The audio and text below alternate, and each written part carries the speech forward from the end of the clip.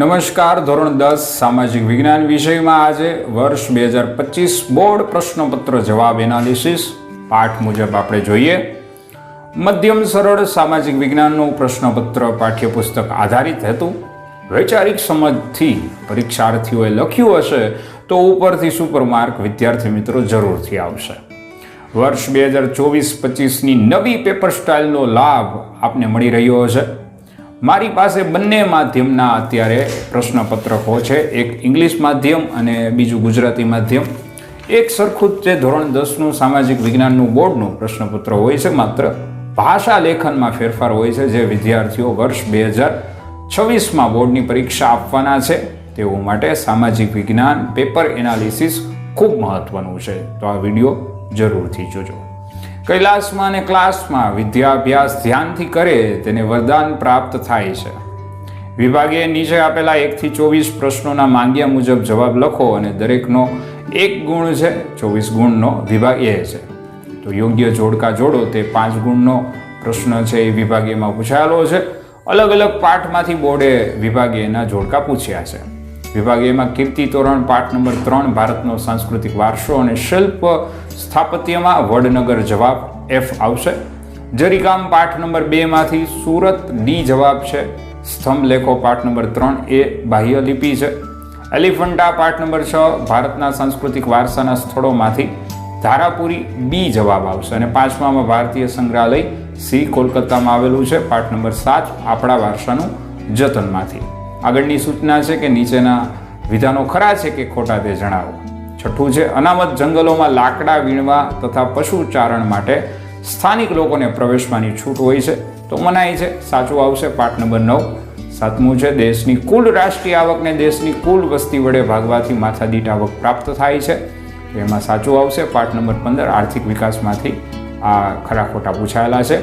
8મું છે ગુજરાત સરકાર દ્વારા કિશોરીઓને પોષણયુક્ત આહાર તેમજ કૌશલ્યના વિકાસ માટે સબળા યોજના અમલી બનાવી છે. સાચું આવશે પાઠ નંબર 19માંથી છે. 9મું પ્રશ્નની વાત કરીએ ગ્રામ પંચાયત અને નગરપાલિકાઓમાં અનુસૂચિત જાતિ અને અનુસૂચિત જનજાતિ માટે કેટલીક બેઠકો અનામતમાં રાખવામાં આવી છે. પાઠ નંબર 20 છે ભારતની સામાજિક સમસ્યા અને પડકારોમાં જવાબ સાચો આવશે. 10મું છે વર્ષ 2011ના એક અંદાજ મુજબ ભારતમાં સૌથી વધુ વૃદ્ધોની વસ્તી અરુણાચલ પ્રદેશમાં છે તો ખોટું જવાબ આવશે. પાઠ નંબર 21માં છે નીચે આપેલી ખાલી જગ્યાઓમાં યોગ્ય વિકલ્પ પસંદ કરીને ખાલી જગ્યા પૂરો. આગળની સૂચનામાં છે 5 ગુણ છે. 11મો પ્રશ્નની વાત કરીએ તો કૃષ્ણરાજ સાગર બહુહેતુક યોજના કાવેરી નદી ઉપર આવેલી છે. પાઠ નંબર 11 ભારત જળ સંસાધન. 12મું ગરીબી રેખાનો ખ્યાલ સૌપ્રથમ WHOના નિયામક બ્યોડ ઓરે નામના વ્યક્તિએ રજૂ કર્યો હતો. પાઠ નંબર 17 આર્થિક સમસ્યા અને પડકારો ગરીબી અને બેરોજગારીમાંથી પૂછાયેલો પ્રશ્ન છે. 13મો પ્રશ્ન છે અમેરિકન પ્રમુખ જ્હોન ફ્રેન્કલિન કેનેડીએ અમેરિકાની સંસદમાં 15 માર્ચ 1962ના રોજ ભારતના 4 ગ્રાહકોને અધિકાર છે એ આપવામાં આવેલા હતા. પાઠ નંબર 18 ભાવ વધારો અને ગ્રાહક જાગૃતિમાંથી છે. 14મું છે હળવી મધ્યમ ગતિ તથા ભારે વાહનો સામાન્ય રીતે સૌથી ડાબી બાજુની લેનમાં વાહન ચલાવવું જોઈએ. પાઠ નંબર 23 માર્ગ સલામતી અને વાહન ચાલકમાંથી પૂછાયેલું છે. 15મું છે ઉર્જાનો મુખ્ય સ્ત્રોત સૂર્ય છે. આ ખાલી જગ્યા પાઠ નંબર 12 અને 22 બંનેના સ્વાધ્યાયમાં વિકલ્પ સ્વરૂપે આવેલી છે તો 2 જવાબ છે. સૂર્ય જવાબ છે આવશે. આગળની સૂચના છે કે નીચેના પ્રશ્નો આપેલા વિકલ્પમાંથી યોગ્ય વિકલ્પ પસંદ કરીને જવાબ આપો. દરેકના 5 ગુણ છે. 16 થી 20 લગીના વિકલ્પ છે. તો 16મું છે નીચેનામાંથી કયું જૈવિક આરક્ષિત ક્ષેત્ર છે એમાં D આવશે પંચમઢી. પાઠ નંબર 9. 17મું છે નીચેનામાંથી કયો રેશમનો પ્રકાર નથી તો D આવશે ઝીંગા. પાઠ નંબર 13માંથી છે. 18મું છે ગુજરાતમાં સૌથી મોટું રેલવે સ્ટેશન કયું છે તો પાઠ નંબર 14 એ આવશે અમદાવાદ. 19મા પ્રશ્નની વાત કરીએ તો ગુજરાત સરકારે ગ્રાહક સુરક્ષાના નિયમો 1988માં ક્યારે અમલમાં મૂક્યા તો પાઠ નંબર 18માં ભાવ વધારો અને ગ્રાહક જાગૃતિમાંથી B આવશે 18 ફેબ્રુઆરી 1988. 20મું છે દ્વિચક્રીય વાહન ચલાવતા પહેલા હેલ્મેટનું મુખ્ય કાર્ય નીચેનામાંથી કયું છે તો એ આવશે માથા પર આવેલા અથડામણના આઘાતની અસર ઓછી કરવા માટે. આગળની સૂચના વાંચીએ તો નીચેના પ્રશ્નોના 1-2 શબ્દોમાં જવાબ છે લખો. 4 ગુણ છે. 21 થી 24 છે, જે વિભાગીયનો છેલ્લો પ્રશ્ન છે. 21મા પ્રશ્નમાં આંતરરાષ્ટ્રીય ખાદ્ય પદાર્થોને પ્રમાણિત કરવાનું કાર્ય કરનારી આંતરરાષ્ટ્રીય કમિશનનું નામ છે એ જણાવો. તો પાઠ નંબર 18માંથી છે કોડેક્સ એલિમેન્ટ્રિયર્સ કમિશન, CAC કહેવામાં આવે છે. 22મું છોડના લીલા પાંદડા કઈ ક્રિયાના મધ્યથી હવામાંથી કાર્બન લે છે? તો એમાં પાઠ નંબર 22 આવશે, પ્રકાશ સંશ્લેષણ. 23મું છે સરકાર ઔદ્યોગિક નીતિ દ્વારા ખાનગી ક્ષેત્ર પરના અંકુશો અને નિયંત્રણો ક્રમશઃ ઘટાડો કરી વિકાસને પ્રોત્સાહિત કરવાની નીતિનું નામ શું છે? તો પાઠ નંબર 16 છે આર્થિક ઉદારીકરણ અને વૈશ્વિકીકરણ. પાઠનું નામ જ માં જવાબ છે ઉદારીકરણની નીતિ છે, એ સંક્ષિપ્તમાં જવાબ આવશે. 24મું છે ગુજરાતની નર્મદા, તાપી, મહી અને સાબરમતી સહિતની નદીઓમાં જોવા મળતું કયું પ્રાણી તે ક્ષેત્રમાં લગભગ લુપ્ત થવાને આરે છે? તો પાઠ નંબર 9 વન અને વન્યજીવ સંસાધનમાં જળ બિલાડી લુપ્ત થવાને આરે છે. આ બધી વિભાગ બી નીચે આપેલા 25 થી 37 પ્રશ્નોના 13 પ્રશ્નોમાંથી કોઈ પણ 9 પ્રશ્નોના આશરે 15 થી 35 શબ્દોમાં જવાબ આપવાના છે. દરેકના 2 ગુણ છે. વિભાગ બી 18 ગુણનો છે. 25મો પ્રશ્ન છે ભારતનો સાંસ્કૃતિક વારસો વિવિધતાપૂર્ણ, ભાતીગળ અને સમૃદ્ધ બન્યો છે, આ વિધાન સમજાવો, જે પાઠ નંબર 1 ભારતનો વારસોમાંથી આવેલ છે. તો ભારતની સંસ્કૃતિમાંથી સત, અને આનંદનો અનુભવ થાય છે. સિંધુ ખીણની સંસ્કૃતિના લોકોથી શરૂ કરીને આજ દિન સુધી લોકોએ ભારતને પોતાની આવડત, બુદ્ધિશક્તિ અને કલા કૌશલ્ય દ્વારા સમૃદ્ધ બનાવ્યું છે. આ તમારો બીજો પોઈન્ટ લખવાનો થાય છે. ભારતના ભવ્ય વારસાના નિર્માણ અને ઘડતર માટે અનેક ઋષિમુનિઓ, સંતો, વિદુષીઓ, વિદ્વાનો, ચિંતકો, કલાકારો, કારીગરો, વૈજ્ઞાનિકો, સંશોધકો, સાહિત્યકારો, શિક્ષણશાસ્ત્રીઓ, રાજનીતિજ્ઞો, ઇતિહાસકારો અને સમાજ સુધારકો વગેરેનો અગત્યનો ફાળો રહ્યો છે.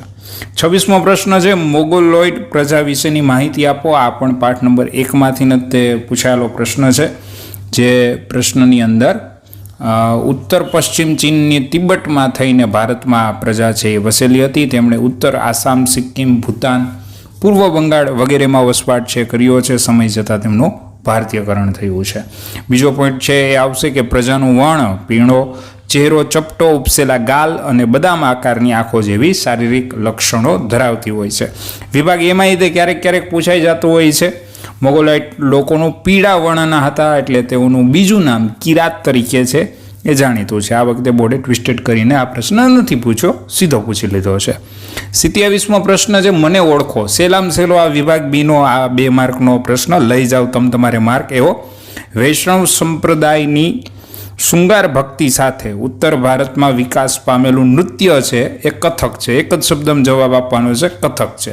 હું સંગીતને લગતો વેદ ગણાવું છું, તો સામવેદ છે, તો એની વાત છે એ કરેલી છે, એટલે સહેલામ સહેલો પ્રશ્ન છે. 28મો પ્રશ્ન છે પર્યટન ઉદ્યોગના વિકાસથી સ્થાનિક રોજગારી સાથે સાથે આર્થિક સમૃદ્ધિ પણ આવે છે, આ વિધાન છે એ સમજાવો, એવી વાત છે એમાં કીધેલી છે. તો દેશ વિદેશના પ્રવાસીઓ આપણા સાંસ્કૃતિક અને પ્રાકૃતિક વારસાના સ્થળો જોવા, જાણવા અને સંશોધન કરવા આવે છે, તેથી ઉદ્યોગોનો વિકાસ થાય છે.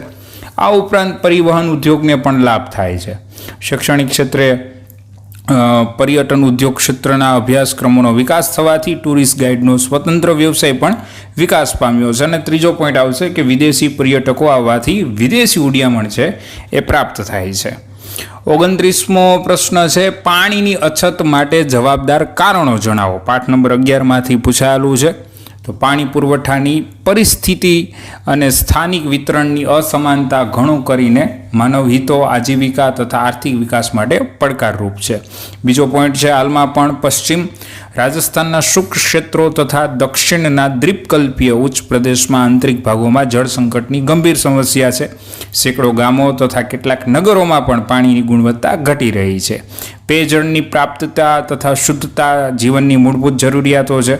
તો પીવાના પાણીની સગવડો વધારવા માટે કરેલા પ્રયત્નો છતાં પણ પાણીની માંગ અને તેના પુરવઠા વચ્ચે ઘણું અંતર હોય છે. તો આ 29મો પ્રશ્નનો જવાબ છે. 30મા પ્રશ્નની વાત કરીએ પારિભાષિક શબ્દોના અર્થ આપો.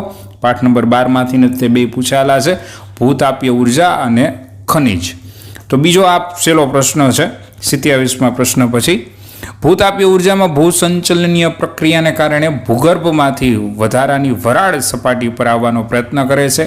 આ વરાળને નિયંત્રણમાં લઈને જે ઉર્જા મેળવાય છે તેને ભૂતાપીય ઉર્જા કહે છે.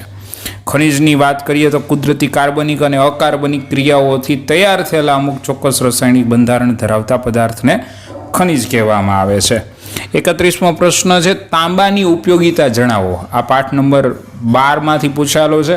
વર્ષ 2020ના બોર્ડના પેપરમાં ગુણધર્મો પૂછાયેલા હતા. આ વખતે ઉપયોગો છે, એટલે આપણે બંને સ્વાધ્યાયલક્ષી પાકા કરવાના છે. ગુણધર્મો તેનો ઉપયોગો છે. તો ઉપયોગોની વાત કરીએ તો તાંબુ મિશ્રણ થવાના ગુણના કારણે તેનું મહત્વ છે એ વધુ છે. તેમાં કલાઈ ઉમેરવાથી કાસુ બને છે અને જસત ઉમેરવાથી પિત્તળ બને છે. વિભાગ એમાં અવારનવાર પરીક્ષાલક્ષી સ્કૂલ લેવલમાં પરીક્ષામાં પૂછાતું હોય છે. બીજી વાત એ છે કે વીજળીના સાધનોમાં telephone, radio, television, refrigerator, air conditioner વગેરે બનાવવામાં વપરાય છે. તે વિદ્યુતનું સુવાહક ધાતુ છે. આ ઉપરાંત જંતુનાશક દવાઓ, રંગીન કાચ, સિક્કા અને છાપકામમાં પણ વપરાય છે. તો છેલ્લે તમે એની ઉપયોગિતા લખી નાખો, કયા ધાતુમાં એનો ઉપયોગ થાય છે એ લખી નાખો. તો છેલ્લો પ્રશ્ન છે. 32મો પ્રશ્ન છે, આજે કાપડ ઉદ્યોગમાં કઈ કઈ સમસ્યાનો સામનો કરી રહ્યો છે. પાઠ નંબર 13માંથી છે આ પ્રશ્ન. તો આજે કાપડ ઉદ્યોગ ઉત્તમ પ્રકારના કપાસની અછત, જૂના યંત્રો જે કાપડ બનાવવા માટેનો વપરાશ થાય છે, અનિયમિત વિદ્યુત પુરવઠો, કૃત્રિમ રેસાના કાપડની સ્પર્ધા અને વૈશ્વિક બજારોમાં તીવ્ર સ્પર્ધાની સમસ્યાનો સામનો છે એ થઈ રહ્યો છે. તો કાપડ ઉદ્યોગની સમસ્યા પાઠ નંબર 13માંથી પૂછાયેલું છે. 33મો પ્રશ્ન છે, શણ ઉદ્યોગ પશ્ચિમ બંગાળમાં વધુ વિકસ્યો છે. સાથી વર્ષ 2017માં પણ પૂછાયેલો. વિભાગ બીનો પ્રશ્ન છે પાઠ નંબર 13માંથી. શણને સંશોધિત કરવા પુષ્કળ પાણીની જરૂર પડે છે, તેથી મોટાભાગની મિલો હુગલી નદીના કિનારે આવેલી છે, જે પશ્ચિમ બંગાળમાં છે. સસ્તો માનવ શ્રમ, બેંક અને વીમા સુવિધાને નિકાસ માટે બંદરોની સગવડના કારણે પશ્ચિમ બંગાળમાં શણ ઉદ્યોગ છે વિકસિત થયેલો છે. ત્રીજો પોઈન્ટ છે, વિભાગ એમાં અવારનવાર છે એ પરીક્ષાલક્ષી સ્કૂલની જ્યારે હોય છે ત્યારે પૂછતા હોય છે આ પ્રશ્ન. એટલે વિભાગ એની અંદર છે એ વિકલ્પમાં આ પ્રશ્ન હોય છે. આગળનો પ્રશ્ન છે 34મો, રેલવે માર્ગોની ઉપયોગિતા ટૂંકમાં જણાવો. પાઠ નંબર 14ની અંદર છે. ભારતીય રેલવે ભારતીય અર્થવ્યવસ્થાના ક્ષેત્રો જેવા કે ખેતી, ઉદ્યોગ, વ્યાપાર, સેવા વગેરેમાં વિકાસમાં સહકાર આપનાર મુખ્ય પરિવહનનું માધ્યમ છે. રેલવે મુસાફરો તથા માલસામાનની હેરફેર ઉપરાંત દુકાળના સમયમાં અનાજ તથા ઘાસચારાને ઝડપી હેરફેર માટે પણ ઉપયોગી બને છે. સંરક્ષણની દ્રષ્ટિએ પણ સૈનિકો તથા હથિયારોના સ્થળાંતર માટે રેલવે ખૂબ ઉપયોગી છે. સમય સુરક્ષા તથા સુવિધા માટે ભારતીય રેલવે સેવાઓ ઉત્તમ ગણાય છે અને તેનું આધુનિકરણ ઝડપથી અત્યારે કરવામાં આવેલું છે. તો આ પાઠ નંબર 14માંથી વિભાગ બીમાં પૂછાયેલો પ્રશ્ન છે. 35મો પ્રશ્ન છે, ભારતમાં આર્થિક વિકાસ થઈ રહ્યો છે એમ સાથી કહી શકાય છે. પાઠ નંબર 15માંથી પૂછાયેલો પ્રશ્ન છે વિભાગ બીની અંદર. વર્ષ 2025ના પેપર સોલ્યુશનની આપણે નીરવ મંદિર ક્લાસમાં આ વિડીયો ક્લાસમાં વાત કરી રહ્યા છીએ. તો ભારતમાં આઝાદી પછી રાષ્ટ્રીય આવક અને માથાદીઠ આવકમાં વધારો થવાથી અનાજ, કપડાં, વીજળી, શિક્ષણ, આરોગ્ય, રહેઠાણ વગેરે સેવાઓનો વપરાશ અને સુવિધાઓમાં વધારો થયો છે.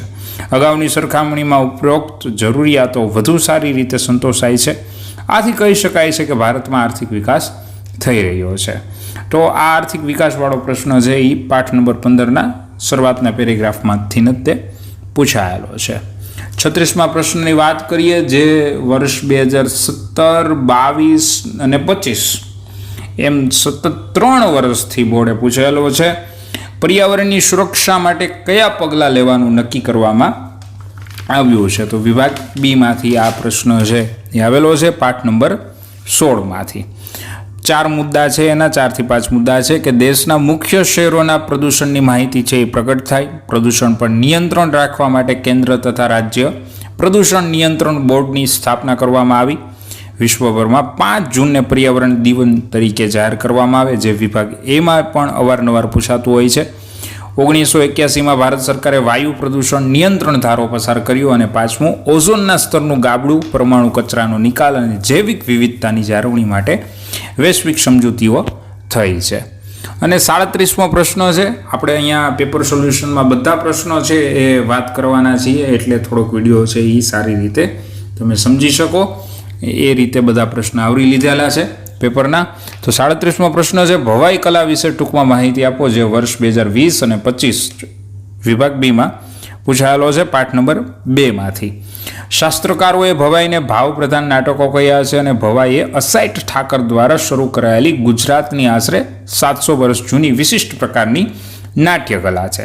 સસ્તો ખર્ચ અને લોકશિક્ષણ સાથે મનોરંજન કરતી આ નાટ્યકલાને સોલંકી યુગમાં પ્રોત્સાહન આપ્યું. બંને વિભાગીય માટે પ્રશ્ન 1 ગુણના બને છે. મોટે ભાગે પડદા વિના ભજવાતા નાટકો, હળવી શૈલીની રમૂજો અને ભૂંગળવાદ સાથે સંગીત પ્રધાન નાટકો, અને જેમાં વેશ હોય છે રામદેવનો વેશ, ઝંડા ઝૂલણનો વેશ, કજોડાનો વેશ અને ભવાઈની એ વિશેષતાઓ હોય છે. ભવાઈના વિષય વસ્તુઓમાં સામાજિક કુરિવાજોના પ્રતિકારને પણ સમાવેશ થાય છે. ગુજરાતમાં કન્યા કેળવણી, બેટી બચાવ જેવા કાર્યક્રમો અને રંગલા રંગલી જેવા પાત્રો સાથે ભવાઈ નાટ્ય પ્રયોગો છે યોજાતા હોય છે. ભવાઈ ભજવનારને ભવાયાઓ કહેવાય છે, જે ભૂંગળ વગાડીને માતાજીની સ્તુતિ કરતા હોય છે. ગયા વર્ષે બોર્ડે 2020માં જ્યારે પ્રશ્ન પૂછ્યો હતો ત્યારે રંગલા રંગલીના પાત્ર સાથે કયું નાટ્ય હોય છે એ રીતે બોર્ડે પ્રશ્ન છે એ પૂછેલો હતો. તો કુલ 37 પ્રશ્ન, છેલ્લો પ્રશ્ન હતો આ વિભાગ બીનો.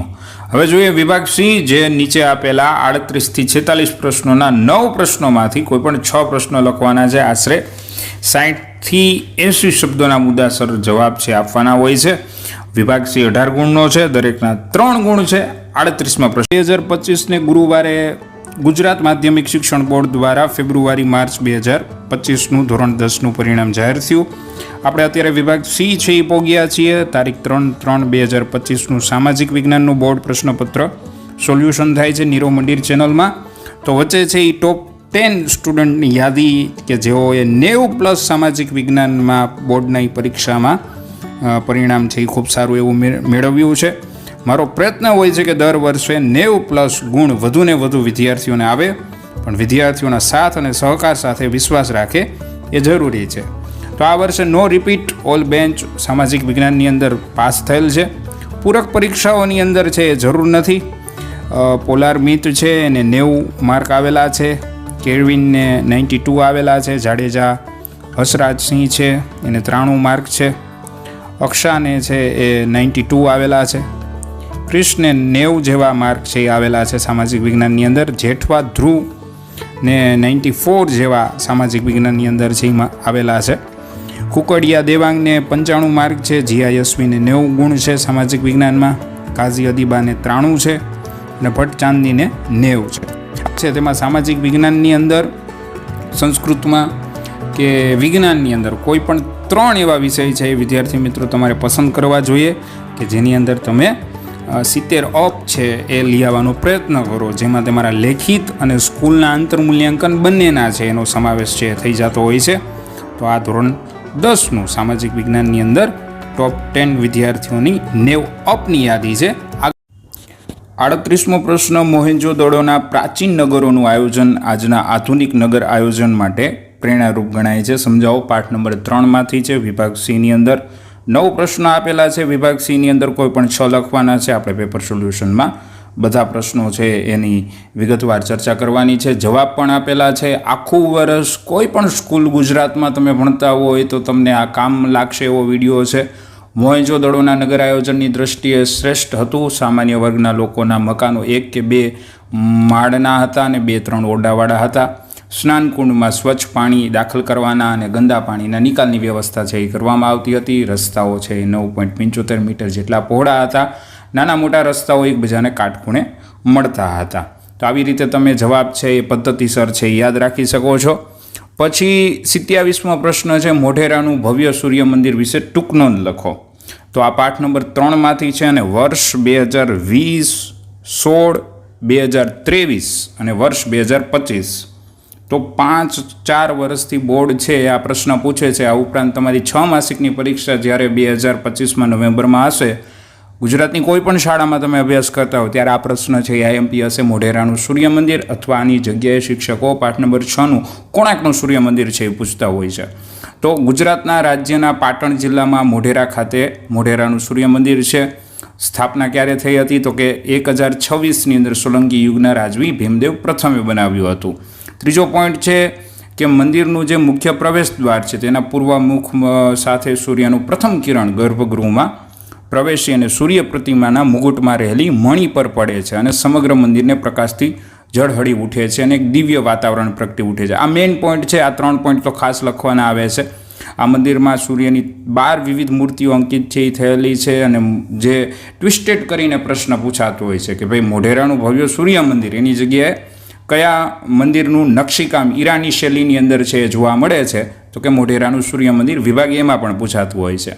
મંદિરની બહાર આવેલું જળકુંડની આજુબાજુમાં 108 જેટલા નાના મોટા મંદિરો છે આવેલા છે અને ઉષા અને સંધ્યાના સમયે પ્રગટાવવામાં આવતી દીપમાલાનું એક નયનરમ્ય દ્રશ્ય છે ઊભું થાય છે. તો મોઢેરાનું સૂર્ય મંદિર ખાસ યાદ રાખવાનું છે.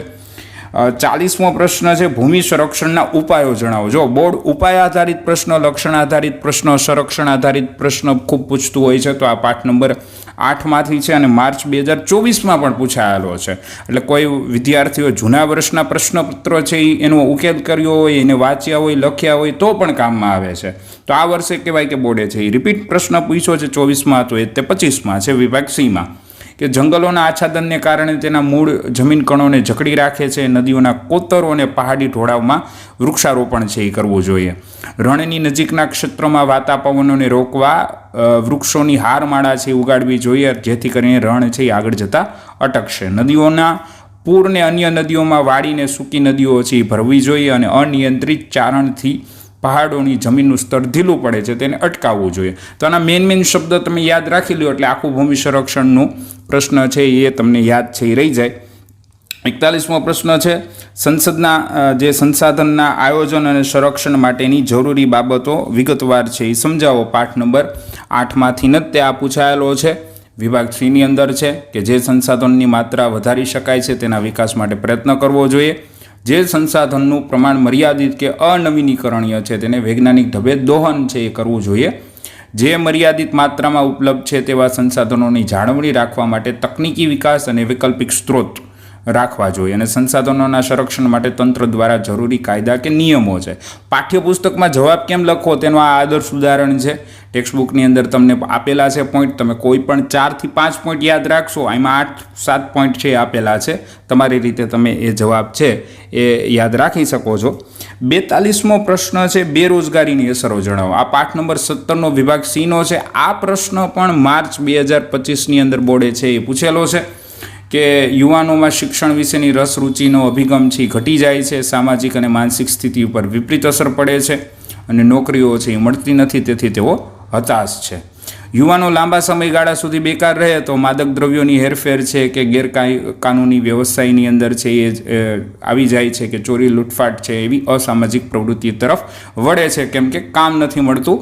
તો આ અસરો કયો કે સમસ્યા કયો કે પરિણામો કયો એ ત્રણેય એક જ છે. એટલે તમને પરીક્ષા લેવલે કે બોર્ડ લેવલે ભવિષ્યમાં કોઈ પ્રશ્ન પૂછે કે બેરોજગારીની અસર જણાવો, સમસ્યા જણાવો, પરિણામ જણાવો, તો વિદ્યાર્થી મિત્રો મૂંઝાતા નહીં, ત્રણેય એક જ છે.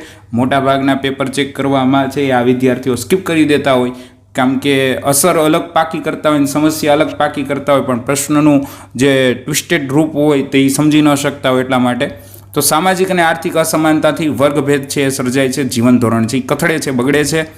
બેરોજગારીના કારણે ગરીબી ઉદ્ભવે છે અને આને કારણે કુટુંબ, સમાજ અને અર્થતંત્ર ઉપર નકારાત્મક અસરો છે એ જોવા મળે છે. શ્રી કર્તવ્ય ક્લાસ પર હું નીરવ મંદિર છે એ ધોરણ 10 સામાજિક વિજ્ઞાનનું પેપર સોલ્યુશન વર્ષ 2025નું આપણે જોઈ રહ્યા છીએ. તમે ધોરણ 10ના વિદ્યાર્થી હોય તો આ વિડીયો અચૂકથી શેર છે એ કરવા વિનંતી છે. વિદ્યાર્થી મિત્રો, આગળનો પ્રશ્ન આપણે વાત કરીએ. આ મેં મારી જૂની સ્લાઇડમાંથી લીધેલો છે, બરાબર. જૂના પણ યુટ્યુબની અંદર છે એ આપણે બોર્ડના પેપર સોલ્યુશન છે એ રાખેલા છે, એટલે આ જૂની સ્લાઇડ છે, મેં બનાવી નથી નવી સ્લાઇડ.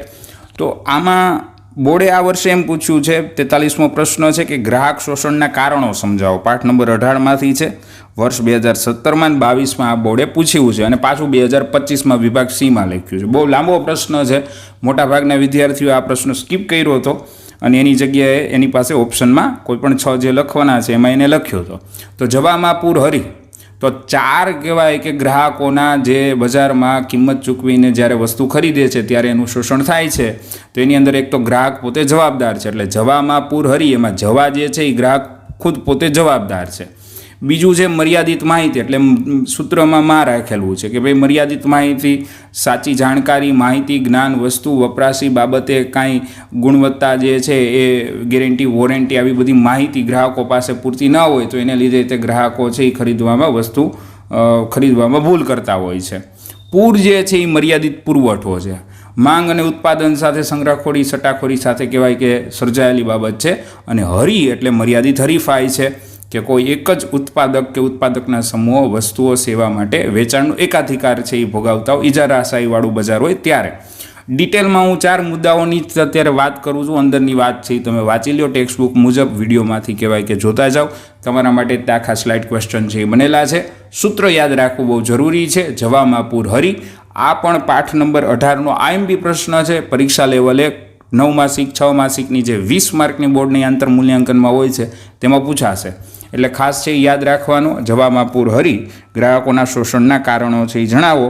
બોર્ડે સતત 3 વર્ષથી પૂછ્યું છે, વર્ષ 2017, 22 અને 25. 44મો પ્રશ્નની આપણે વાત કરીએ. ભારત સરકાર દ્વારા મહિલા શોષણ અટકાવવાના પગલાં જણાવો, અથવા ભારતમાં સ્ત્રી પુરુષ અસમાનતાના કારણો છે એ જણાવો. તો આ 2 પ્રશ્ન છે એ સમાન રૂપે છે કે મહિલા શોષણ જે છે કે સ્ત્રી પુરુષ અસમાનતાના કારણો શું છે. તો કે મહિલા સુરક્ષાઓ વધારવા માટે સરકારે 181 અભયમ મહિલા હેલ્પલાઇન યોજી છે. મહિલા સામાજિક કાનૂની રોજગારી સંબંધિત સમસ્યાઓનું નિવારણ કરવામાં આવે છે. શારીરિક માનસિક જાતીય શોષણ માટે સરકાર છે એ જાગૃત છે, એની બાબત છે એ કીધેલી છે. તો આ છેલ્લો પ્રશ્ન છે. 45મો પ્રશ્ન છે. કાયદાની સામાન્ય જાણકારી, જ્ઞાન અને સમજણ સાથી અત્યંત જરૂરી છે. ટેક્સ્ટબુકની અંદર મુદ્દાસર આના જવાબ છે એ આપેલા છે. એટલે તમે પાછું આદર્શ જવાબ લેખન કેવી રીતે લખવું આ સ્લાઇડમાંથી, બધી સ્લાઇડમાંથી તમે જોઈ શકો છો. તો કે શોષણ અને અન્યાય સામે લડવા કેવા કાયદાસરના પગલાં લઈ શકાય તેનું એક તો માર્ગદર્શન છે એ મળી રહે. બંધારણીય હકો અને વ્યક્તિગત હિતોના રક્ષણાર્થે અધિકારીઓ સારી રીતે ભોગવી શકે. વ્યક્તિના સંરક્ષણ અને ઉત્કૃષ્ટ અર્થે બનાવેલી વિવિધ કાયદાકીય જોગવાઈઓની માહિતી આપવામાં આવે. સમાજ, રાજ્ય અને રાષ્ટ્ર પ્રત્યે વફાદારી રહે. સમાજના જવાબદાર નાગરિકો તરીકેને હકો અધિકારોથી વંચિત ન રહે, તેમજ સામાન્ય નાગરિકો તરીકેની ફરજો અદા કરી શકે તે માટે. કાયદાના જ્ઞાન અને સમજથી પ્રત્યેક વ્યક્તિ સમાજમાં પ્રતિષ્ઠા અને ગૌરવભર્યું જીવન જીવી શકે તે કાયદાની સામાન્ય જ્ઞાન જે જરૂરી જાણકારી છે. અને છેલ્લો જે પ્રશ્ન છે 46મો કે નીચેનું ચિત્ર જોઈને સવાલોના જવાબ આપો. પાઠ નંબર 6માંથી પૂછાયેલો છે. માર્ચ 2019ની અંદર પ્રશ્ન જ્યારે પૂછાયેલો હતો ત્યારે ચિત્ર નથી. વિદ્યાર્થી મિત્રો, બોર્ડ છે એ ચિત્ર પ્રશ્ન અવારનવાર પૂછે છે. પછી નાલંદાનું સૂર્ય મંદિર હોય અથવા કહેવાય કે જે ભારતીય ચલણની જે નોટ છે એમાં પાઠ નંબર 6માં કેટલા બધા ચિત્ર છે. તો એમાંથી કહેવાય કે લાલ કિલ્લાવાળું ચિત્ર છે એ પૂછેલું છે, અથવા ગ્રાહક જાગૃતિ ભાવ વધારામાંથી લોગો ચિત્ર છે એ પૂછતું હોય છે. તો આ પ્રશ્નની વિશેષતા એ છે કે ચિત્ર આપી દીધું છે, નીચે 3 પ્રશ્ન આપેલા છે. સમગ્ર વાત કુતુબ મિનારની છે એ નથી લખવાની. 3 પ્રશ્નના જે જવાબ છે એ સાચા લખવાના છે અને 3 ગુણ લઈ જવાના છે. તો એની આ વાત છે એ કીધેલી છે કે આ સ્થાપત્યનું નામ જણાવતો કે કુતુબ મિનાર છે. આ સ્થાપત્ય ક્યાં આવેલું છે? તો શહેર તરીકે જે દિલ્હી છે એ આવેલું છે. અને આ સ્થાપત્યનું નિર્માણ કોણે શરૂ કરાવ્યું હતું? તો કુતુબિત એબકે શરૂ કરાવેલું હતું એ કુતુબ મિનારનું. તો આ 3 બાબતો આ પ્રશ્નમાં કીધેલી છે. વિભાગ ડી પ્રશ્નની આપણે વાત કરીએ કે જેની અંદર 7 પ્રશ્નમાંથી કોઈ પણ 4 લખવાના છે. 20 માર્ક છે. પણ ખાસ વિદ્યાર્થી મિત્રો 54મો જે ક્વેશ્ચન વિભાગ ડીની અંદર તમને મળે છે, નકશો એ ફરજિયાત છે. તો નકશાની પ્રેક્ટિસ ખાસ કરવાની છે. આપણે આ છેલ્લો ભાગમાં તમને નકશાની દર્શાવવાનો આખો એક વિડીયો છે એ આપેલો છે. તો 47મો પ્રશ્ન છે. વલ્લભી વિદ્યાપીઠ વિશે સવિસ્તાર છે એ સમજાવો. તો એ વિશેની વાત છે એ કીધેલી છે. તો પાઠ નંબર 5માંથી છે એ અવારનવાર પૂછાતા પ્રશ્નો છે કે ભાઈ નાલંદા વિદ્યાપીઠ છે, વલ્લભી વિદ્યાપીઠ છે. તો આ બધી 4 વિદ્યાપીઠોમાંથી એક વિદ્યાપીઠ છે એ અવારનવાર પૂછાતી હોય. આ પણ વર્ષ 2024માં પૂછાયેલો છે, પાછો 2025માં છે. હું ખાસ કહું છું જૂના વર્ષના પેપર સામાજિક વિજ્ઞાનની અંદર તમારે 95 માર્ક લેવા હોય, 96 માર્ક લેવા હોય તો ખાસ તૈયાર કરજો. એટલે જ આ વિડીયો છે એ તમારા માટે છે. સમગ્ર ગુજરાતની અંદર વર્ષ 2026ની અંદર માર્ચ એપ્રિલમાં આપનાર દરેક વિદ્યાર્થી માટે. તો વલ્લભી વિદ્યાપીઠ છે એ ગુજરાતમાં આવેલી છે. 7મી સદીમાં ગુજરાતના વિદ્યાધામ તરીકે પ્રસિદ્ધ શિક્ષણ કેન્દ્ર હતું. વલ્લભી છે એ મૈત્રિક વંશજો દ્વારા છે એ સ્થાપવામાં આવેલી હતી અને તેઓના નાગરિકોનો એક મોટો ફાળો હતો. 7મી સદીની અંદર વિદ્યાપીઠમાં ભિક્ષુ વિદ્યાર્થીઓ છે એ રહેતા હતા અને 7મી સદીની અંદર સ્થિરમતી અને ગુણમતી જેવા બૌદ્ધ વિદ્વાનો છે એ ત્યાંના આચાર્ય હતા. આ ઉપરાંત ચીની પ્રવાસી સિંહ છે એને નોંધ કરેલી હતી કે વલ્લભી પૂર્વ ભારતની પ્રસિદ્ધ શિક્ષણ સંસ્થા નાલંદા સાથે સ્પર્ધા કરતો હતો. આ વિભાગ એની અંદર પણ ખાલી જગ્યામાં કે વિકલ્પની અંદર પૂછાતું હોય છે કે ચીની પ્રવાસી તરીકે ઈત્સંગ હતો કે પૂર્વ ભારતની પ્રસિદ્ધ શિક્ષણ સંસ્થા નાલંદા સાથે કઈ વિદ્યાપીઠ છે એ સ્પર્ધા કરતી હતી, તો કે ગુજરાત રાજ્યની અંદર અત્યારે વલ્લભી જે વિદ્યાપીઠ છે એ કોને બનાવેલી હતી, તો કે મૈત્રિક વંશના રાજાઓ બુદ્ધ નહોતા પણ સનાતની સંસ્કૃતિ સાથે હોવાથી તે વિદ્યાપીઠની અંદર જોવા મળતી હતી. અને 775માં આરબોના આક્રમણને કારણે મૈત્રિક વંશજો છે એ પરાજિત થયા છે. અને ખાસ વસ્તુ છેલ્લો વિભાગ એની અંદર છે કે ખાલી જગ્યા પ્રસિદ્ધ વિદ્વાનોના નામ દરવાજા ઉપર લખાતા હતા એવી કઈ વિદ્યાપીઠ છે, તો કે વલ્લભી વિદ્યાપીઠ છે એ મૈત્રિક વંશજોએ સ્થાપેલી હતી તે છે. તો તમે તમારી રીતે ગુણાત્મક કે જે એક માર્કની અંદર કે 3 માર્ક કે 4 માર્કમાં પ્રશ્ન પૂછાય એ રીતે પોઈન્ટ યાદ રાખી શકો છો. 48મો જે પ્રશ્ન છે જે મેં જૂની સ્લાઇડમાંથી પેપરમાંથી લીધેલો છે, કારણ કે આ ક્વેશ્ચન છે એ તો સનાતની છે. વર્ષ 2015માં પૂછાયેલો, વર્ષ 2017માં પૂછાયેલો, 22માં પૂછાયેલો અને વર્ષ 2025માં. તો 4 વર્ષ છે એ બોર્ડે છે એ પૂછાયેલો છે.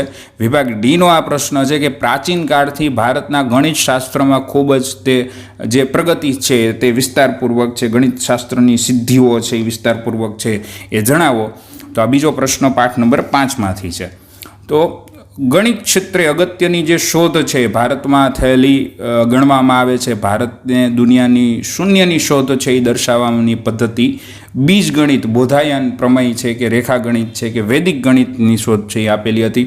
શૂન્યની શોધ આર્યભટ્ટે કરેલી હતી, પણ આંકડાની પાછળ શૂન્ય લગાવવાની કે લખવાની જે પ્રક્રિયાની શોધ છે એ ગૃહસ્થમદ નામના ઋષિએ કરેલી હતી. પ્રાચીન ભારતના ગણિતજ્ઞો એકની પાછળ 53 શૂન્ય મૂકવાની બનતી સંખ્યાને નામ નિર્ધારિત છે એ કર્યા હતા. હડપ્પા અને મોહેંજો-દડોના અવશેષોમાં માપવામાં અને તોલવાના જે સાધનો છે તેમાં દશાંશ પદ્ધતિ વિકસિત થયેલી છે. આ વિભાગ એમાં પૂછાય કે ખાલી જગ્યા દશાંશ પદ્ધતિઓ છે એ બે સંસ્કૃતિમાં જોવા મળતી હતી, તો કે હડપ્પા અને મોહેંજો-દડોમાં. બીજો MCQ પણ હોય છે અને આમાં તમે પોઈન્ટ પણ થઈ શકે છે કે ભાસ્કરાચાર્યનું ગ્રંથનું નામ જણાવતો લીલાવતી અને બીજગણિત આ એના 2 ગ્રંથો હતા જે 1150ના સમયગાળાની અંદર છે એ લખેલા હતા, જેમાં સરવાળા અને બાદબાકીનું સંશોધન છે. બ્રહ્મગુપ્તે સમીકરણ પ્રકરણ આધારિત છે એ વૈદિક યજ્ઞ માટેની જરૂરી બાબતો છે એ કીધેલી છે. અને આર્યભટ્ટનો આર્યભટ્યમ ગ્રંથની અંદર પાઈની કિંમત 3.14 આપેલી છે, જે વિભાગ એમાં અવારનવાર પૂછાતું હોય. આ ઉપરાંત ભાગાકારની આધુનિક પદ્ધતિ, ગુણાકાર, સરવાળા, બાદબાકી, વર્ગમૂળ, ઘનમૂળ આદિ જાણકારી આર્યભટ્ટના ગ્રંથ આર્યભટ્યમમાં જોવા મળે છે. આર્યભટ્ટે એક બીજો ગ્રંથ લખ્યો 10 ગીતિકા, એનું નામ પણ આપેલું છે. આ ઉપરાંત બોધાયન, કાંતાયન, આપસ્તંભ, ભાસ્કરાચાર્ય, બ્રહ્મગુપ્ત આવા બધા જુદા જુદા ગણિત શાસ્ત્રીઓના નામ છે અને તેની વિગતો તમારે થોડી ઘણી તમને યાદ હોય એ રીતે લખવાની છે. તો આ જે સ્લાઇડ ક્વેશ્ચનમાં તમે જે જવાબ જોવો છો આટલું તમે લખશો તો 4 માર્ક તમને પૂરેપૂરા આવી જશે. આ ઉપરાંત જે હું બીજો પ્રશ્નની વાત કરું છું એ ખગોળશાસ્ત્ર અને જ્યોતિષશાસ્ત્ર. તો 2 શાસ્ત્ર છે એ એક પ્રશ્નમાં છે એ પૂછાયેલા છે 4 ગુણની અંદર કે ભારતનું ખગોળશાસ્ત્ર અને જ્યોતિષશાસ્ત્ર વિશે પરિચય આપો. તો સૌથી પ્રાચીન શાસ્ત્ર કયું છે વિભાગ એમાં તમને પૂછાય તો કે ખગોળશાસ્ત્ર છે. ગ્રહો અને તેમની ગતિ, નક્ષત્ર અને અન્ય અવકાશી પદાર્થોનો અભ્યાસ કરતું શાસ્ત્ર એટલે ખગોળશાસ્ત્ર. બ્રહ્મગુપ્તે બ્રહ્મ સિદ્ધાંત નામના ગ્રંથમાં ગુરુત્વાકર્ષણ બળના નિયમો ઉલ્લેખિત કર્યા હતા અને આર્યભટ્ટે ખગોળ ક્ષેત્રે એક મહત્વનું યોગદાન આપેલું છે. તેમણે પૃથ્વી પોતાની ધરી પર ફરે છે તથા ચંદ્રગ્રહણનું સાચું કારણ પૃથ્વીનો પડછાયો છે તેમ સાબિત કર્યું હતું, જેથી વિદ્વાનો તેને અજર ભર તરીકે ઓળખે છે. તો આ વિભાગ એમાં પૂછાય છે. આ ઉપરાંત આટલા પોઈન્ટ લખ્યા પછી તમે જ્યોતિષશાસ્ત્ર વિશે લખો, કારણ કે ખગોળ અને જ્યોતિષ બેયનું પ્રદાન તમારે લખવાનું છે. ખાલી તમે ખગોળશાસ્ત્ર લખીને આવો તો 4 માર્ક ના આવે, 2 આવે તો 2 માર્ક છે જ્યોતિષશાસ્ત્રના છે. તો જ્યોતિષશાસ્ત્રને તંત્ર, હોરા અને સંહિતા વિભાગ એમાં ખાલી જગ્યામાં પણ પૂછાતું હોય છે. રચનાકાર છે વરાહ મિહિર છે, બરાબર. તંત્ર, હોરા અને સંહિતા 3 ભાગમાં વેચાય છે. રચનાકાર છે વરાહ મિહિર છે. બૃહદ સંહિતા નામના ગ્રંથની રચના છે એમાં આકાશી ગ્રહોની માનવીની ભવિષ્ય પર થતી અસરો અને મનુષ્યના લક્ષણો અને ખેતરોમાં વાવણી બાબતના શુભ સમયની બાબતો જ્યોતિષશાસ્ત્રની અંદર કરવામાં આવેલી છે. 50મો પ્રશ્ન છે ભારતના કૃષિ ક્ષેત્રે આવેલા સંસ્થાકીય સુધારાઓ જણાવી. પાઠ નંબર 10ની અંદર વાત છે અને વર્ષ 2015 અને 25 વિભાગ ડીની અંદર પૂછાયેલો છે. સરકારે જમીનધારી પ્રથા જે છે એ નાબૂદ કરીને ખેડૂતોને શોષણ અટકાવ્યું છે. ખેડે તેની જમીનના કાયદા દ્વારા ખેડનારની જમીન માલિકીનો સાચો હક આપ્યો છે. જમીનની ટોચ મર્યાદાને કાયદા દ્વારા જમીન માલિકીની અસમાનતા દૂર કરેલ છે.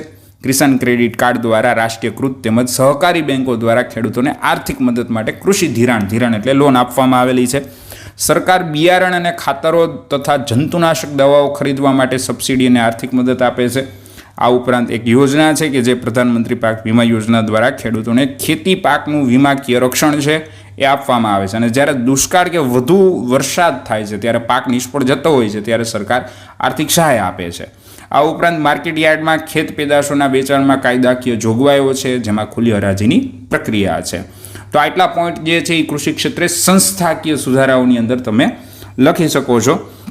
42મો પ્રશ્ન એક આવેલો છે કે ગરીબી ઉદ્ભવવાના કારણો છે અને એક ભારતમાં હરિયાળી ક્રાંતિ વિશેની સવિસ્તૃત સમજૂતી છે. તો આપણે આ હરિયાળી ક્રાંતિવાળો જોઈએ જે વર્ષ 2025ના વિભાગ ડીમાં છે, પાઠ નંબર 10માંથી જ છે. તો બિયારણની સુધારેલી જાતો, રાસાયણિક ખાતરો, વધેલો જે ઉપયોગ છે કે દેશની અંદર ખેડૂતોનો પ્રચંડ પુરુષાર્થ છે, વીજ વિતરણની વ્યાપક વ્યવસ્થા, સિંચાઈની સવલતો, આ બધા જે પરિબળો છે એ હરિયાળી ક્રાંતિ એટલે કે ગ્રીન રેવોલ્યુશનમાં ઓળખાય છે. તો હરિયાળી ક્રાંતિનો પહેલાં તો ટેક્સ્ટ બુકમાં અર્થ આપ્યો છે. તો હરિયાળી ક્રાંતિમાં ઘઉં અને ચોખાનું જે પાક છે એનું વિક્રમજન્ય ઉત્પાદન થયું છે. દેશમાં પહેલાં જ્યાં ખાદ અને અન્નની અછત હતી ત્યારે અનાજનો પર્યાપ્ત ભંડાર છે એ દેશની અંદર હરિયાળી ક્રાંતિથી શરૂ થયો છે. એક સમયે ભારતમાં દુષ્કાળ સમયે અનુભવાતો પ્રકોપ હતો. હરિયાળી ક્રાંતિ પછી તેની અસર છે એ ઓછી જોવા મળેલી હતી. અનાજનો બફર સ્ટોક છે એ વધેલો હતો. દુષ્કાળ અને અછતની પરિસ્થિતિની સરળતાથી સામનો છે એ કરી શકાયો હતો અને અત્યારે દેશ છે હરિયાળી ક્રાંતિને લીધે અનાજમાં સ્વાવલંબન બનેલું છે. તો એક ઐતિહાસિક સિદ્ધિ ગણવામાં આવે છે. અને ઈસવીસન 1960ના સમયગાળાની અંદર અનાજની તીવ્ર અછતને કારણે છે ભારતની અંદર હરિયાળી ક્રાંતિ શરૂ થઈ હતી. આ ઉપરાંત જે બીજો પ્રશ્નની વાત કરું છું એ ગરીબી ઉદ્ભવવાના કારણોની ચર્ચા કરો. તો તમે જુઓ કે પાઠ નંબર 5 છે, 4 છે, 10 છે, 17 છે અને 20 છે. આવી રીતે વિભાગ ડીમાંથી કહેવાય કે પ્રશ્નો છે આવેલા છે. તો સાંપ્રદાયિકતા ગરીબી ઉદ્ભવવાવાળો છે અને એક સાંપ્રદાયિકતા દૂર કરવાવાળા છે. તો આ બે પ્રશ્ન છે. આ પણ વર્ષ 2022માં ગરીબી ઉદ્ભવવાના કારણોવાળો છે એ પૂછાયેલો છે. તો મેં મારી જૂની સ્લાઇડમાંથી પ્રશ્ન લીધેલો છે. તો ગરીબીના મૂળિયા છે શહેરો કરતાં ગ્રામ્ય વિસ્તારોની અંદર છે. કૃષિનો અપૂરતો વિકાસ કે અપૂરતી સિંચાઈને કારણે છે એ કૃષિની અંદર આવકમાં ઘટાડો છે એ જોવા મળે છે. અથવા ગ્રામીણ ક્ષેત્રે રોજગારીની જે જરૂરી જ્ઞાન, શિક્ષણ કે કૌશલ્યના તાલીમના અભાવને કારણે, જ્ઞાતિ પ્રથા કે રૂઢિચુસ્તતાઓને કારણે તે કહેવાય કે બિન ઉત્પાદકીય ખર્ચને લીધે ગરીબીની અંદર છે એ વધારો થતો હોય છે. નિરક્ષરતાનું પ્રમાણ છે કે સરકારી યોજનાની માહિતીનો અભાવ હોય છે. હું મેન મુદ્દા કહું છું, તમારી રીતે તમે છે એના મેન મુદ્દાઓથી આખી વાક્ય રચનાઓ છે એ બનાવી શકો છો. ટેકનોલોજીમાં આવતા ફેરફારો કે પરંપરાગત વ્યવસાયો કે કુટીર ઉદ્યોગો છે એ પડી ભાંગતા હોય છે ત્યારે તે વ્યક્તિ બેકાર છે એટલે કે બેરોજગાર છે એ થતો હોય છે. આર્થિક સુધારાઓના અમલ થકી ગ્રામીણ અર્થવ્યવસ્થામાં ભાંગી પડેલ કુટીર અને લઘુ ઉદ્યોગોમાં ખલાસ થતા હોય છે. આને કારણે તે ખેતી આવક છે એ ઘટતી હોય છે. રોકડિયા પાકને પ્રોત્સાહન છે એ મળતું હોય છે તો ખાદ પાકોનું ઉત્પાદન છે એ ઘટતું હોય છે અને અનાજ, કઠોળ વગેરેની અછત છે એ સર્જાતી હોય છે અને ભાવો છે એ વધતા હોય છે. તો લોકો પૂરતા પ્રમાણમાં અનાજ નથી ખરીદી શકતા જેથી 2 ટકનું પૂરતું ભોજન તેમને પ્રાપ્ત ન થતું હોય છે. વસ્તી વૃદ્ધિ દર વધતો કે મૃત્યુ દર છે એ ઘટ્યો કે સરેરાશ આયુષ્યમાં વધારો કે શ્રમની કુલ માંગ કરતાં શ્રમનો પુરવઠો વધ્યો કે બેકારી વધી કે બીજી બાજુ તેમની જીવન જરૂરિયાતની વસ્તુઓની માંગ સામે ઉત્પાદન ઘટતા ભાવ છે એ વધ્યા, ખરીદી શક્તિમાં ઘટાડો થયો કે જીવન ધોરણ કથળતું ગયું, અંતે ગરીબાઈની અંદર છે એ વધારો છે એ થતા હોય છે. તો આ બધા શહેરી અને ગ્રામીણ બંને વ્યવસ્થાઓની અંદર છે એ ગરીબી ઉદ્ભવવાના અહીંયા કારણો આપ્યા છે. તમારી રીતે તમે જે પોઈન્ટ યાદ રાખી શકે તે સર્વપ્રથમ જવાબ લેખનની અંદર લખવાના છે. આ ઉપરાંત છેલ્લો પ્રશ્ન જે લેખિત છે, આના પછી 54મો તો ફરજિયાત રેખાંકિત નકશાવાળો છે એ આવી જાય છે. તો સાંપ્રદાયિકતા દૂર કરવા માટેના ઉપાયો જણાવો. પાઠ નંબર 20માંથી છે, વિભાગ ડીની અંદર છે. તો સૌપ્રથમ નાગરિક અને સરકારે સાંપ્રદાયિક તત્વો સામે સખ્તાઈપૂર્વક સામનો કરવો પડે અને તેને દૂર કરવાના પ્રયત્ન કરવા પડે. તો સામાજિક વ્યવસ્થા સાથે સાંપ્રદાયિકતા છે એ કરેલી છે. મેં પહેલાં જ કીધું છે ઉપાય, સંરક્ષણ, લક્ષણો, આવા બધા ખાસ પ્રશ્નો છે યાદ રાખવાના. તો આ સાંપ્રદાયિક દૂર કરવાના ઉપાયો વિશેની વાત છે એ કીધેલી છે. તો સાંપ્રદાયિક વિચાર આધારિત રાજકીય પક્ષોને માન્યતા આપવી ન જોઈએ. ચૂંટણી માટે ખાસ આચારસંહિતાનો અમલ કરાવવો જોઈએ. ધાર્મિક વડાઓ અને રાજકીય નેતાઓ સાથે મળીને દેશના વિકાસ માટે સાંપ્રદાયિકતાને નાથવાના પ્રયત્ન કરવા જોઈએ. સાંપ્રદાયિકતા દૂર થાય તેવા માટે યુવાનોએ આગળ આવવું જોઈએ અને યુવાનોમાં સાંપ્રદાયિકતાના સ્થાને બિન સાંપ્રદાયિકતા અને વૈજ્ઞાનિક દૃષ્ટિકોણ વિકસે તેવી સામાજિક અને શૈક્ષણિક પ્રવૃત્તિઓ થવી જોઈએ. આ માટે સરકારે જ નહીં પરંતુ સમાજે પણ વિશિષ્ટ પ્રયત્ન કરવા જોઈએ. ધર્મ, જ્ઞાતિ, પ્રાંત, ભાષા ઉપરાંત રાષ્ટ્રીય હિત અને રાષ્ટ્ર ગૌરવને સમજે એવી રીતે લોકોને એક તાતણે બાંધે અને રાષ્ટ્રવાદી વિચારધારા અને રાષ્ટ્રીય એકતાને પોષે તે બાબતો સાંપ્રદાયિકતા દૂર કરવાના ઉપાયોમાં મહત્ત્વની છે. 54મો ક્વેશ્ચન છે, ફરજિયાત છે. ભૂલે ચૂકે પણ બોર્ડની પરીક્ષાની અંદર તમારે નકશા છે એ મૂકીને નથી આવવાનું. નકશા માટે પ્રેક્ટિસ કરવાની છે. 8થી લઈને 14 લગીના જે પાઠ છે તેમાં તમને જે જગ્યાએ નકશા આપેલા છે તે તમારે પાકું કરવાનું છે. ભારતના રેખાંકિત નકશામાં નીચેની વિગતો આપેલા નકશામાં યોગ્ય સ્થાને દર્શાવો. ખાસ આ બોર્ડના જે છેલ્લા પેજ ઉપર સપ્લિમેન્ટરીમાં જે નકશો આવેલો છે તેવો જ તે નકશો હોય છે. અમુક વિદ્યાર્થીને એવો પ્રશ્ન હોય છે કે રાજ્યની સરહદો નથી આવતી, એવું કાંઈ ના હોય. આ જે તમે નકશો જોઈ રહ્યા છો એ જ તે નકશો બોર્ડ છે એ પૂછે છે. રાજ્યની સરહદવાળો અહીંયા 4 છે. રણ પ્રકારની જમીન જે પાઠ નંબર 8માંથી છે અને વર્ષ 2022ના નકશામાં પણ પૂછાયેલું છે. પછી વેરાવદર રાષ્ટ્રીય ઉદ્યાન છે જે પાઠ નંબર 9માં છે અને ચા પકવતો એક પ્રદેશ જે પાઠ નંબર 10 વર્ષ 2022ના નકશામાં પણ પૂછાયેલું છે. લોખંડ પોલાદનું ઉદ્યોગનું એક કેન્દ્ર વિશાખાપટ્ટનમ છે જે પાઠ નંબર 13માંથી કહેવાય કે પૂછાયેલું છે. પેન્સિલથી યોગ્ય સંજ્ઞા વડે તમારે કહેવાય કે 4 જે નકશાના અલગ અલગ પાઠમાંથી છે એ પૂછાયેલા નકશાના જવાબ છે યોગ્ય સ્થાને છે એ દર્શાવવાના છે. ખાસ વિભાગ ડીની અંદર 4 માર્ક નકશાના તમને અચૂક મળવા જોઈએ. પછી તમે પાઠ નંબર 5 છે, 10 છે, 17 છે એ બધા પ્રશ્નો પાકા કરો તો એમાંથી અચૂક તમને કહેવાય કે જે આવડતા તૈયારી મુજબ છે એ તમને મળે માર્ક. તો આ પાઠ નંબર 54ની અંદર જે 4 જે પ્રશ્નો છે નકશાના એ તમને અહીં આપેલા છે.